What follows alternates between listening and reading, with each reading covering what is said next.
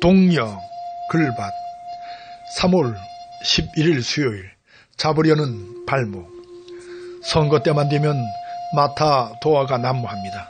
없는 사실을 부풀려 상대편을 중상 모르게 빠뜨리고 내부를 교란시키는 흑색 선전을 합니다.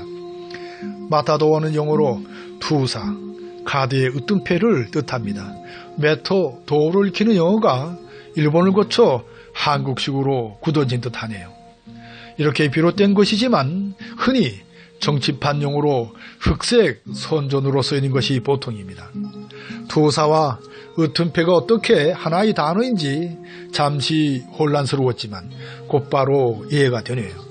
그러니까 소와 대결하여 소의 마지막 숨통을 끊는 투사의 모습에서 무릎을 칩니다. 그것은 마치 카드판에서 으뜸패 하나로 판을 싹 쓸어 담는 것과 다르지 않으니까요.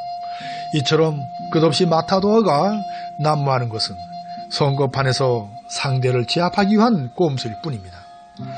어떻게든 상대를 이기기 위하여 가진 수단과 방법을 가리지 않으니까요. 그래서 상상할 수 없는 일들이 버젓이 일어납니다. 개인을 헐뜯는 직접적인 공격은 제외하고라도 국가기관을 동원하여 댓글 조작질을 해야 됩니다. 자신이 원하는 대로 여론을 몰아가려는 뜻이 강하게 담겨 있으니까요. 하지만 이런 댓글 조작은 꼬리가 길어 결국 잡혀 죄값을 받았지요. 여론을 왜곡시켜 국민의 선택을 바르게 하지 못하도록 하는 이런 짓은 무서운 범죄입니다. 또한 끝없이 가짜 소식인 가짜 뉴스를 만들어내는데 목을 맵니다. 옳토당토하는 거짓들이 합리를 가장하여 그럴듯하게 포장되니까요. 어떻게든 상대편의 발목을 잡으려는 언론 방송들의 노력은 집요하게 느껴질 정도니까요. 그러니까 그 앞잡이 역할을 하는 기자들의 활약은 대단합니다. 따라서 수없이 많은 기사들이 기자가 아닌 기레기들에 의해 만들어지는 오늘이죠. 코로나19로 직접 유권자들을 만나기 힘든 선거판에서 언론, 방송의 역할은 참으로 중요합니다.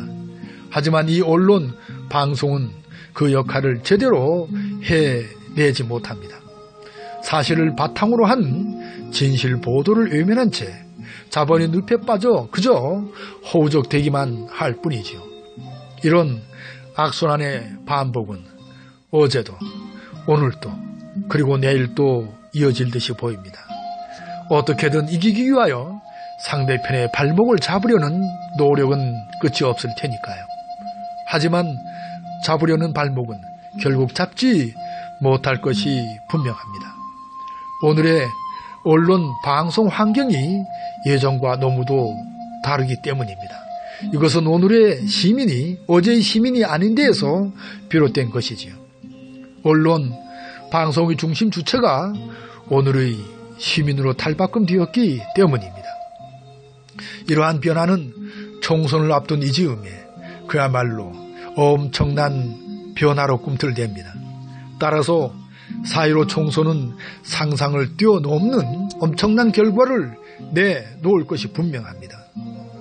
대한민국은 민주공화국이고 그 주권은 저들이 아닌 너와 나인 우리들에게 있으니까요. 우리들은 바로 오늘의 깨시민입니다.